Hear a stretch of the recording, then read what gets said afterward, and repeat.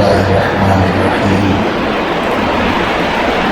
نحمده ونصلي ونسلم على رسولنا الكريم أما بعد حكيم الأمة مجدد الملة حضرت مولانا اشرف علی تھانوی نور اللہ مرکزی فرماتے تھے اظہار عیوب میں شیخ سے شرمانے کی دو ہی وجہ ہو سکتی ہے۔ اظہار عیوب میں شیخ سے شرمانے کی دو ہی وجہ ہو سکتی ہے، یا تو اس سے متعلق یہ خیال ہے کہ وہ امراض کو سن کر مجھے حقیر سمجھے گا، یا یہ کہ کسی اور سے کہہ دے گا۔ تو شیخ میں یہ دونوں احتمال بالکل مفقود ہوتے ہیں۔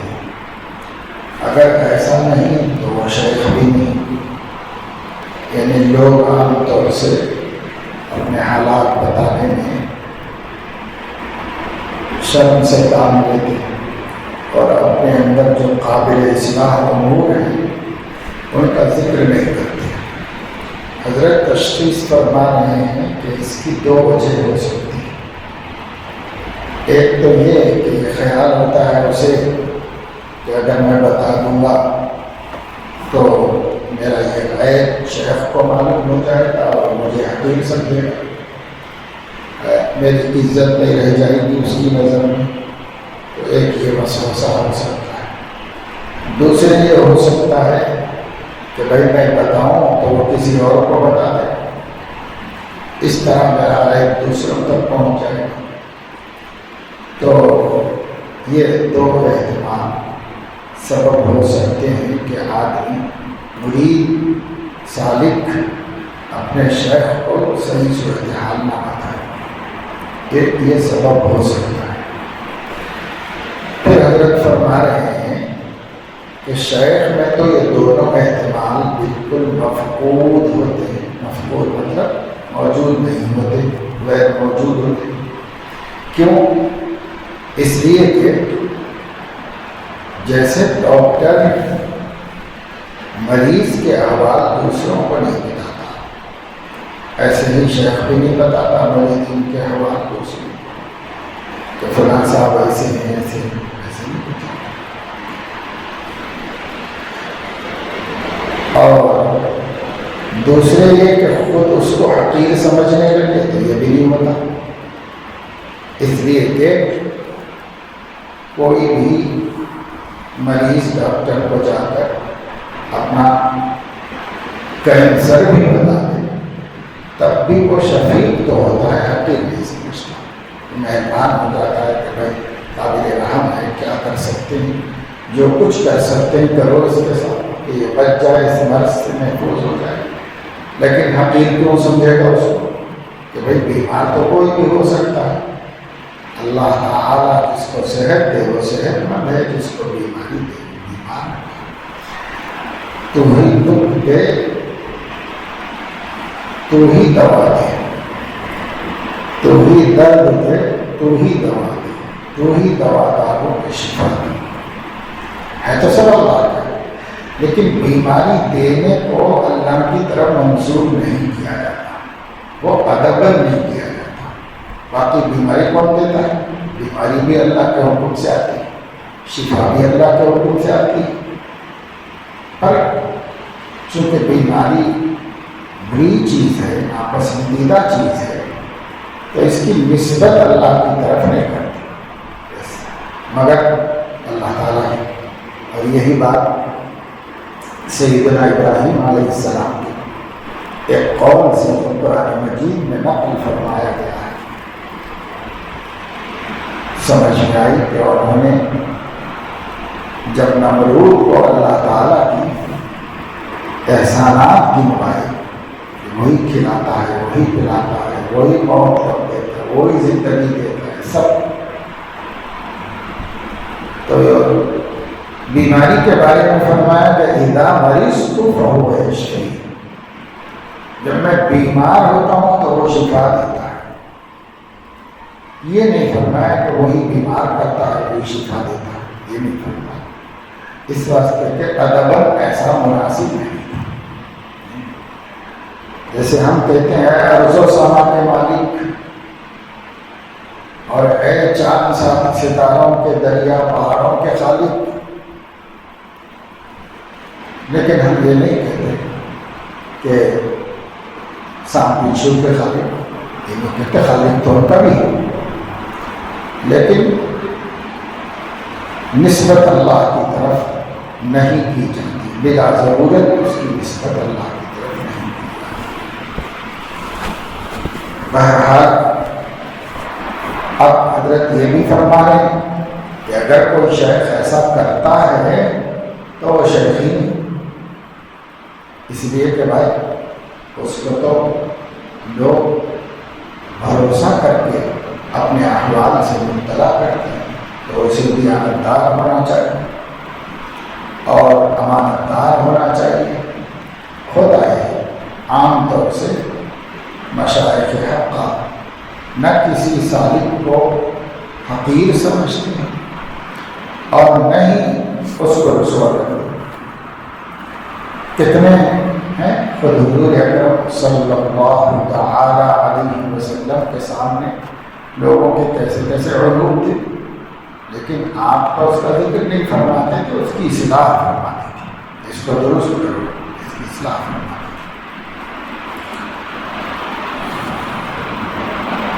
خود حضرت تھانوی رحمہ اللہ نے اپنے بارے میں فرمایا ہے کہ واللہ جب میں کسی کو ڈانٹتا ہوں تو کبھی اپنے کو اس سے بہتر نہیں سمجھتا ہوں، بس یہ سمجھتا ہوں کہ وہ تربیت کے لیے آیا ہے، اس لیے ڈانٹنا بھی پڑے تو ڈانٹتا ہوں، لیکن اپنے کو بہتر سمجھ کے نہیں ڈانٹتا.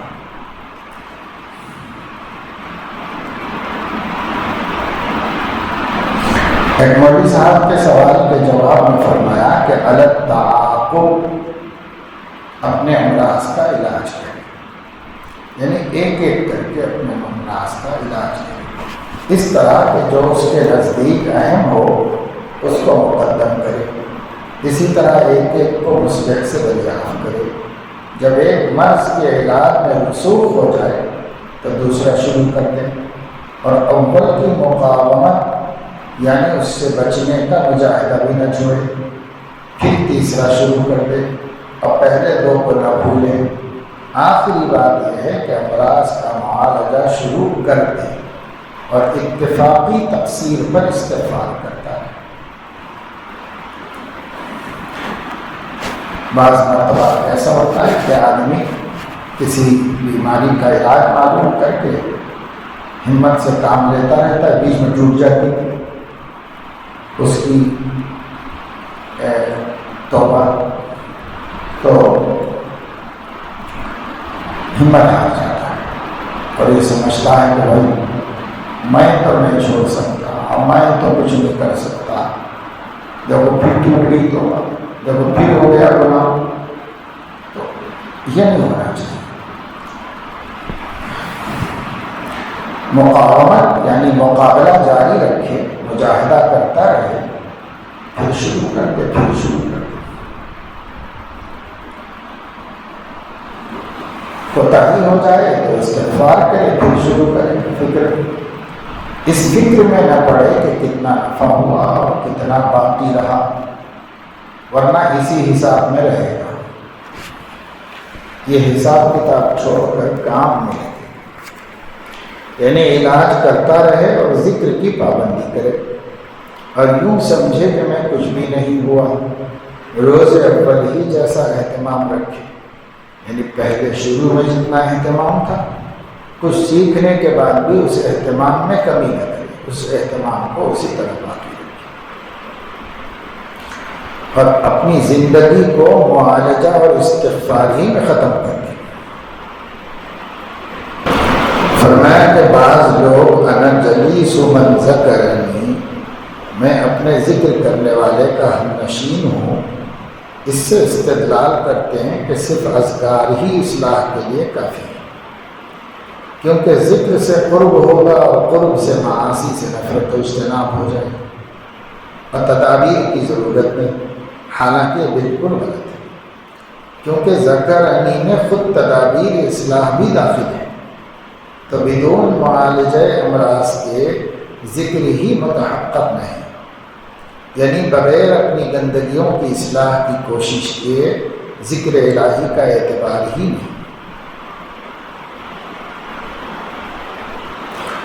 دیکھو حسن حسین میں کل مطیع للہ فہو ذاکر، جو اللہ تعالیٰ کی اطاعت کرتا ہے وہ ذکر کرنے والا ہے۔ سنیے، ذکر کے معنی ہے یاد، تو یاد تو سب طریقے سے ہوتی ہے، نہ یہ کہ محض زبان ہی سے نام لے لے۔ کیا یہ یاد ہے کہ جس کی یاد کا دعویٰ ہے نہ اس سے بات کرے، نہ اس کے خط کا جواب دے، نہ اس سے ملے، نہ اس کا کہنا مانے، ہرگز اس کو یاد نہیں کہتے۔ تو جو ذکر بدون اصلاح کے ہو وہ ایسے ہی یاد کی طرح سے ہے۔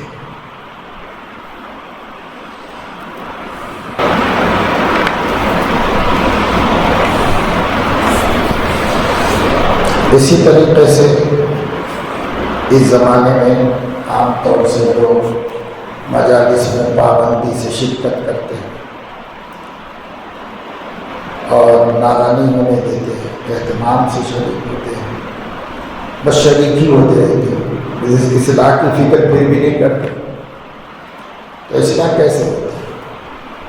اصلاح ٹھیک اسی طریقے سے ہوتی ہے جس طریقے سے امراض جسمانیہ کا علاج ہوتا ہے، بس وہی طریقہ ہے اصلاح کا، اطلاع حال اور اتباع ہدایت، یہ ہوتا ہے۔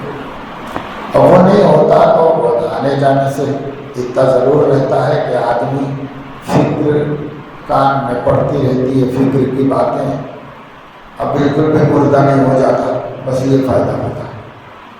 مگر اصل فائدہ کہ سلوک طے کرے اور اصلاح حال ہو، اور سلوک طے کرنا کیا ہے؟ رذائل سے، صفات رذیلہ سے نجات ملے، صفات حمیدہ پیدا ہو جائے آدمی کے۔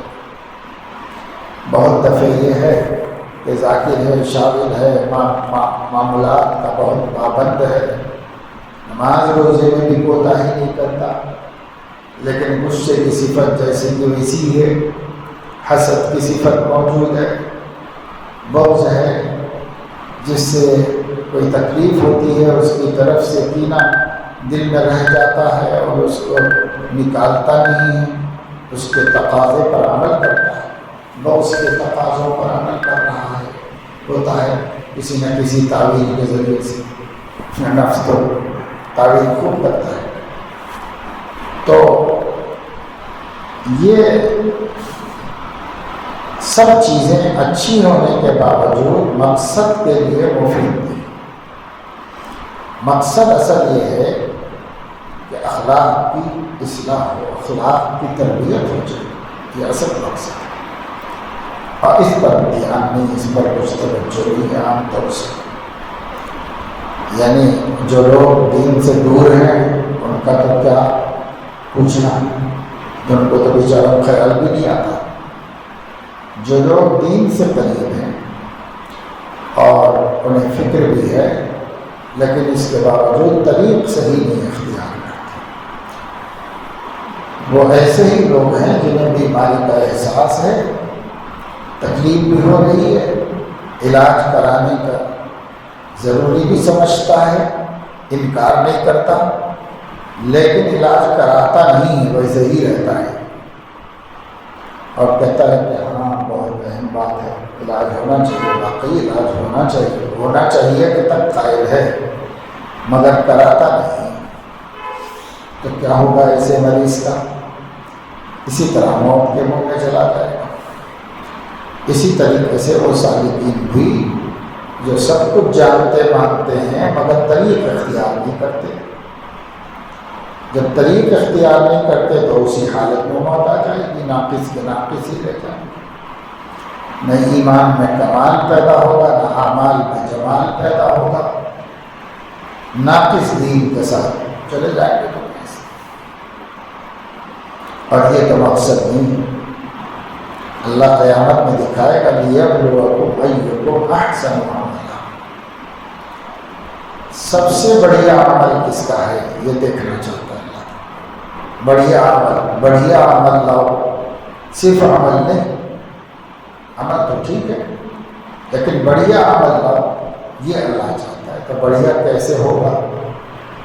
تو بہت مجاہدہ کرنا ہوتا ہے، بہت سی صفتیں انسان میں جڑ پکڑ لیتی ہے اور آسانی سے نہیں نکل پاتی۔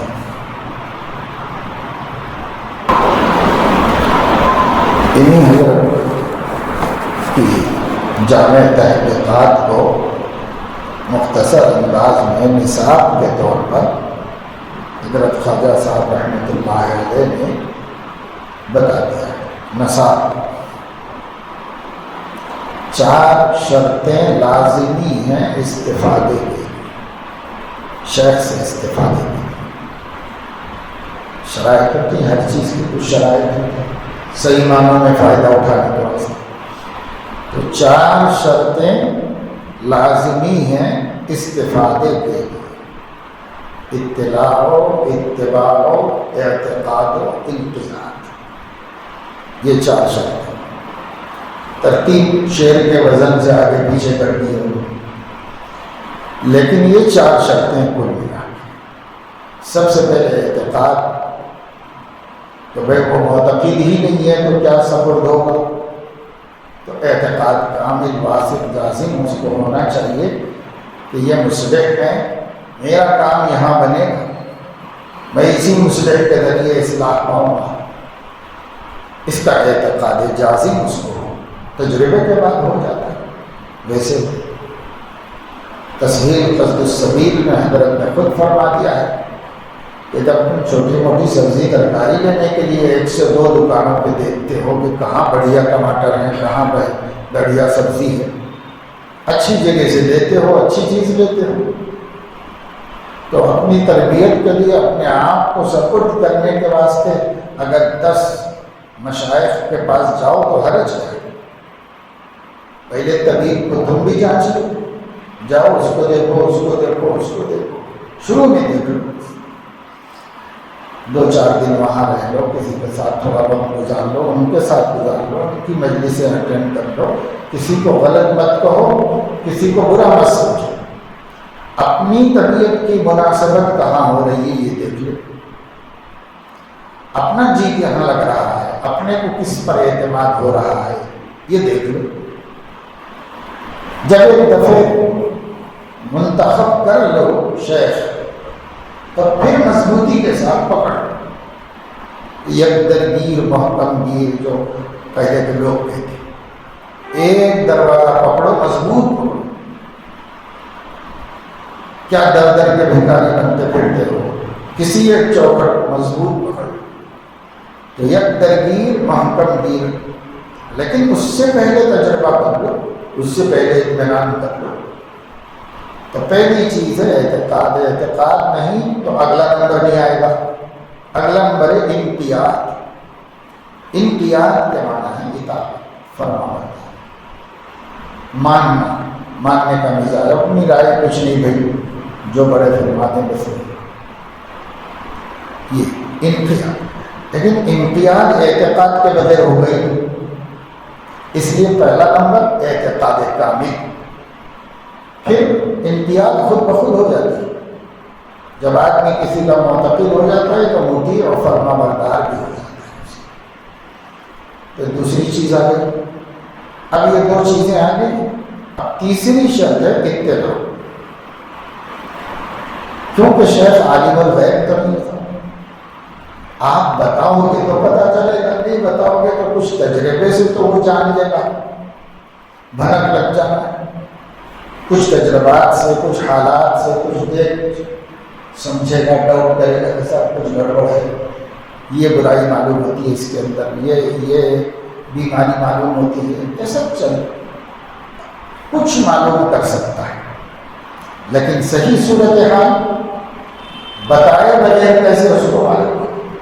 بتانا ضروری، اس لیے کہ شیخ تو کیا نبی بھی عالم الغیب ہے، عالم الغیب تو صرف اللہ تعالیٰ ہے، انک انت علام الغیوب، اس میں حصر ہے، بے شک آپ ہی غیب کے جاننے والے ہیں۔ ہاں، نبیوں کو جو غیبات کا علم ہے وہ اللہ کے بتانے سے، نبیوں کے ذریعے سے پھر ہم کو بھی پہنچا نبیوں کے ذریعے، لیکن ہر وقت ہر جگہ ہر حال جیسے جاہل مریدوں میں ہوتا ہے کہ شیخ کو سب پتہ چل جاتا ہے، کچھ بھی نہیں پتہ چلتا، کہاں سے پتہ چلا گا؟ اس کے پاس کوئی ذریعہ ہے کہ آپ کے دل میں کیا ہے، آپ کیا کر رہے ہیں، اس کو کیا پتا؟ سامنے کرے تو دیکھے گا، غائبانہ کرے تو کیا دیکھے گا؟ وہ اس کو پتہ ہی نہیں چلے گا۔ آپ بولیں گے میں سب خیریت ہے، بہت اچھے معاملات چل رہے ہیں، اچھا ماشاء اللہ برکت دے، وہ نفی بھی نہیں کر سکتا کیونکہ جانتا نہیں ٹھیک ہی بول رہا ہوگا، صحیح ہی بول رہا ہوگا، بلکہ مشائخ تو بنسبت دوسروں کے حسن ظن زیادہ کرتے ہیں، کیونکہ حسن ظن حسن عبادت ہے۔ اس کی آپ نے سنا ہوگا کہ محدثین جو ہیں وہ صوفیاء سے حدیث نہیں لیتے، صوفیاء کی روایت کو محدثین قبول نہیں کرتے، ایک عام بات ہے۔ کیوں نہیں کرتے؟ تو کچھ لوگ کہتے ہیں کہ وہ صوفیاء کو مانتے نہیں، غلط سمجھتے ہیں، مشرک سمجھتے ہیں، گمراہ سمجھتے ہیں، جیسے سلفیہ کا خیال ہے، تو اس وجہ سے نہیں لیتے۔ حالانکہ یہ بات نہیں، کتابوں میں لکھا ہوا ہے کہ صرف اس وجہ سے نہیں لیتے کہ ان میں حسن ظن کا غلبہ ہوتا ہے، وہ کسی مومن کو جھوٹا نہیں سمجھتے،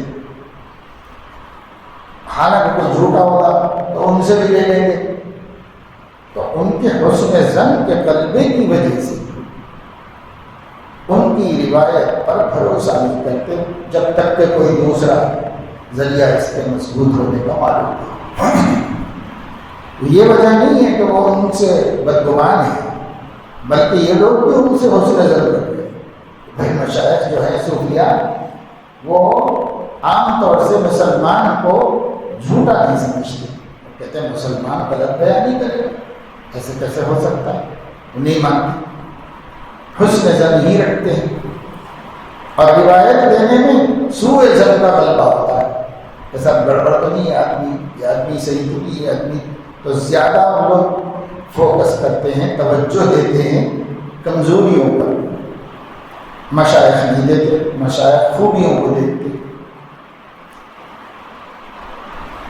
تو آپ جب تک نہیں بتاؤ گے اس کو پتہ نہیں چلے گا۔ اگر تھوڑا بہت اندازہ بھی قائم کر لے گا تو اس کا اندازہ غلط بھی ہو سکتا ہے، صحیح بھی ہو سکتا ہے، وہ تو ایک بشر ہے، شیخ ہونے سے کیا ہوتا ہے؟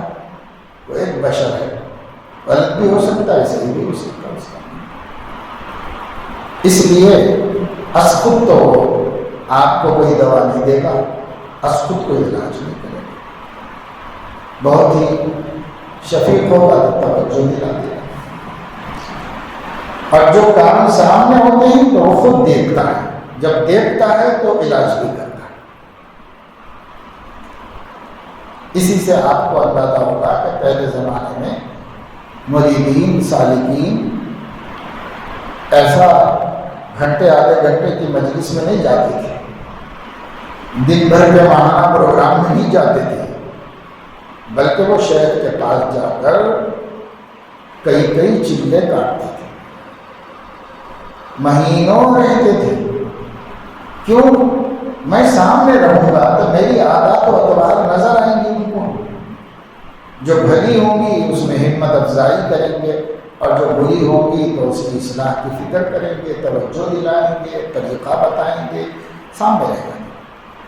تو پہلے لوگ جو ہے نا وہ سب ان پیشنٹ علاج کراتے تھے، اب ہم لوگوں کا آؤٹ پیشنٹ آنا جانا نہیں، تو اس میں کیسے پتہ خود سے نہیں پتہ چلے گا، یہ بہت رسکی ہے، اس میں آپ کو خود بتانا پڑے گا۔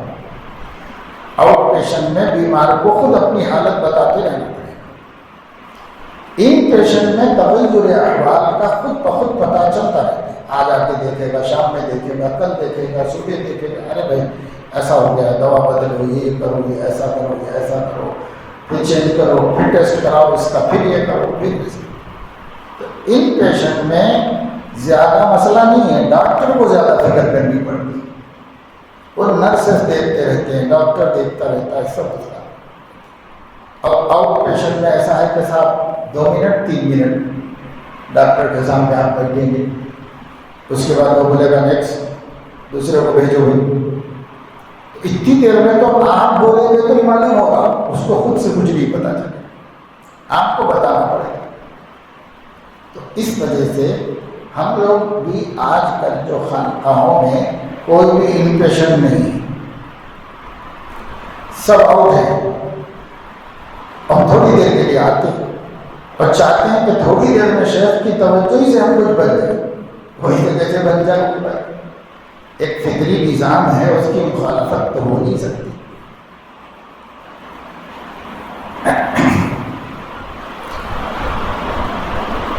سنت اللہ التی قد خلت من قبل ولن تجد لسنت اللہ تبدیلا، پہلے بھی اللہ کا یہی طریقہ تھا، آگے بھی تم اس طریقے کے خلاف نہیں پاؤ گے، وہی طریقہ چلے گا۔ پہلا طریقہ کیا تھا؟ پہلا طریقہ نبی سے لے کے اب تک یہ تھا کہ خود فکر کر کے اپنی اصلاح، اب بھی یہی طریقہ رہے گا۔ تو اب تیسری بات ہے اطلاع حالات، جو بھی صورتحال کیسی بھی چل رہی ہے، خلوت جلوت جو بھی اپنا حال ہے، اچھا ہے تو اچھا بھی بتاؤ، برا ہے برا بھی بتاؤ، دونوں بتاؤ، دونوں احوال سے بتاؤ۔ بعض لوگ انتظار کرتے ہیں کہ سب معاملات نہیں ہو رہے، تلاوت نہیں ہو رہی، فلاں حکم چھوٹ گیا، فلاں حکم چھوٹ گیا، تو کافی عرصہ نکل جاتا ہے، اس پورے عرصے میں کوئی اطلاع نہیں کرتے اور انتظار کرتے ہیں کہ میں ذرا اچھا کرنے لگوں تب اطلاع کروں گا، اس کا انتظار کرتے ہیں کہ جب میں صحیح ہو جاؤں گا تب اطلاع کروں گا۔ ارے بھائی صحیح ہو جانے کی اطلاع تو پھر بھی ان کی خوشی اور دعا کا سبب ہو سکتی ہے، لیکن اس میں فائدہ کیا ہے تمہارا؟ فائدہ تو اپنے برے حالات کی، اپنے انقطاع عمل کی، اپنے معاملات چھو، وہ حالت میں زیادہ ضرورت ہے شیخ کی۔ تو اب ہر آدمی، کئی لوگوں کا نفس ایسے دھوکہ دیتا ہے، میں جب میں سب اچھا کر رہا ہوں، جب اچھا کرنے لگوں گا تو تب میں تو حضرت کیا سمجھیں گے؟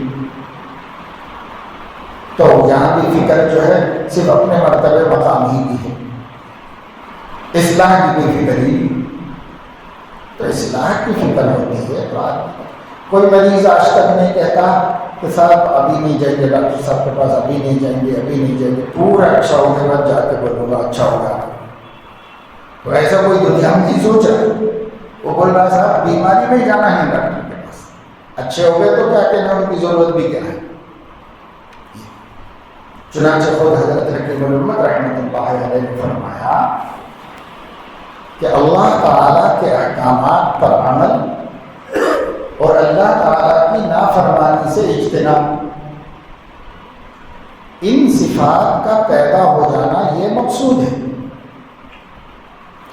اگر کسی کے اندر بنا شرع کامل کے بھی یہ سب صفتیں آ گئی ہیں کہ وہ اللہ کی نافرمانی سے بچتا ہے، اللہ سے ڈرتا ہے اور اللہ کے دین کو جمتا ہے، جمع ہوا ہے، تو وہ بھی کامیاب ہے، اس کو بھی مقصد حاصل ہو گیا۔ لیکن چونکہ عادت اللہ یہی ہے کہ کسی کی نگرانی کے بغیر تکمیل نہیں ہوتی، اس لیے یہ حکم دیا جاتا ہے کہ اگر کسی کو بڑا کرے، یہ تو ایک ذریعہ ہے بس، ورنہ اصل چیز وہی ہے، اجتناب معاصی اور امتثال اوامر۔ جو اللہ چاہتے ہیں وہ کرو، جو اللہ نہیں چاہتے اس سے بچو۔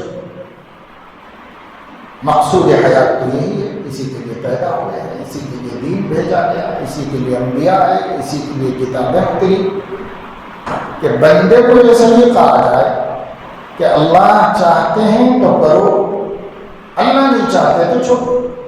ہمت، اس کی ہمت پیدا کرنے کے لیے یہ مشائخ کی صحبت ہے، یہ سلوک ہے، یہ طریقت ہے، یہ خانقاہی ماحول ہے، وہ سب اس ہمت کو پیدا کرتا ہے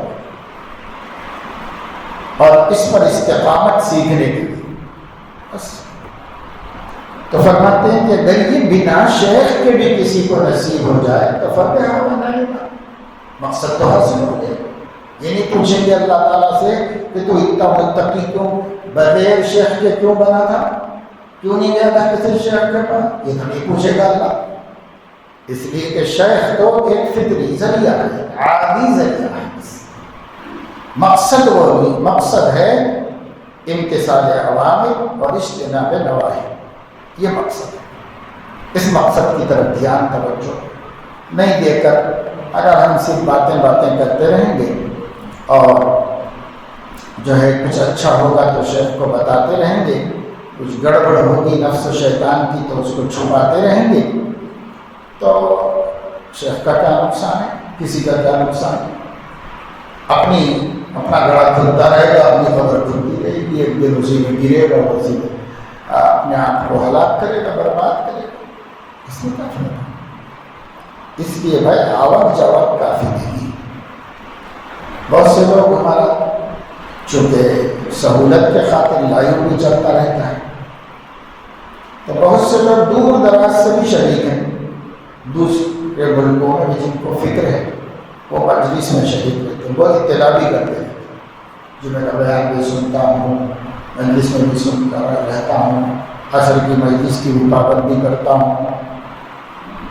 تو اگر اس سے یہ سمجھے ہوئے ہیں کہ صرف یہی مقصود ہے تو یہ بہت بڑی غلطی ہے۔ اب یہ کافی نہیں ہے اطلاع حالات اور اتباع ہدایات، کیونکہ اطلاع کے بعد جب وہ بتائے گا کہ ایسا کرو ایسا مت کرو، تب پھر اس میں نفس دخل دیتا ہے اور سیدھے سے عمل کرنے نہیں دیتا، اس کچھ نہ کچھ گڑبڑ کرتا ہے۔ تو اتباع ہدایات، اسی وجہ سے ہم بیعت لینے والوں سے یہ کہتے ہیں کہ دیانت کے ساتھ حالات کی اطلاع کروں گا اور دیانت کے ساتھ ہدایات پر عمل کروں گا۔ یہ بیعت کرواتے ہیں، وعدہ دیتے ہیں، کیونکہ اس میں بے دیانتی نہیں چلے گی۔ بیماری بتانے میں اگر خیانت کرے گا تو علاج بھی غلط ہوگا اس کا۔ تو 4 شرطیں لازمی ہیں استفادے کی: اطلاع، اتباع، اعتقاد و انقیاد۔ یہ مقفع قول، رنگین بھی سنگین بھی، یعنی جب تو بہت اچھا گیا شعر، لیکن ہے بہت سنگین بھی عمل کے اعتبار سے، نفس پر بہت گرا ہے، بہت شاک۔ ایسا سپرد ہونا، نفس تو اپنا حصہ برابر رکھنا چاہتا ہے، سلوک میں بھی اپنا حصہ رکھنا چاہتا ہے کہ نہیں تھوڑی اصلاح میں کروں میں تھوڑی حضرت کروں، نفس اپنا برابر حصہ رکھنا چاہتا ہے۔ اس لیے یہ رنگین بھی ہے سنگین بھی، یہ مقفع اور رنگین بھی سنگین بھی حضرت مرشد کا یہ ارشاد رکھتا عمر یاد۔ زندگی بھر یاد رکھو کہ 4 شرطیں نہیں ہوں تو کام نہیں چلے گا، سلوک طے نہیں ہوگا۔ 4 شرطیں ہوں: اطلاع و اتباع و اعتقاد و انقیاد۔ ترتیب یہ ہے کہ پہلے عقیدت، کوئی کام ایسا نہ کرے جس سے عقیدت میں کھٹک پیدا ہو جائے، عقیدت متاثر ہو، ایسا کوئی کام۔ نمبر 2، خود سپرد ہو جائے، کہنا ماننے کے لیے تیار ہو جائے۔ نمبر 3، ہم اپنی کمیاں بتاتا رہے۔ اور نمبر 4، جو ہدایت دی جائے، طریقہ علاج بتایا جائے، اسے اللہ سے ڈرتے ہوئے عمل کرے کہ اللہ کو خوش کرنا اصل مقصد ہے۔ یہ تو حضرت ہمارے حکیم کلیم اللہ صاحب کا اکثر فرماتے رہتے ہیں کہ شیخ کی ضرورت اپنی کمیاں بتانے کے لیے تھی، لیکن لوگ اب شیخ کو اپنے کمالات بتاتے ہیں۔ خرابیاں بتانے کے لیے تھی، خوبیاں بتانے، تمہیں کمالات بتانے کے لیے ضرورت نہیں تھی اس کی ضرورت کمیاں بتانے، تو الٹا کر دیا لوگوں نے، اس پھر کام چلے گا۔ اللہ تعالیٰ توفیق عمل نصیب فرمائے۔ سبحانک اللہم و بحمدک، اشہد ان لا الہ الا انت، استغفرک۔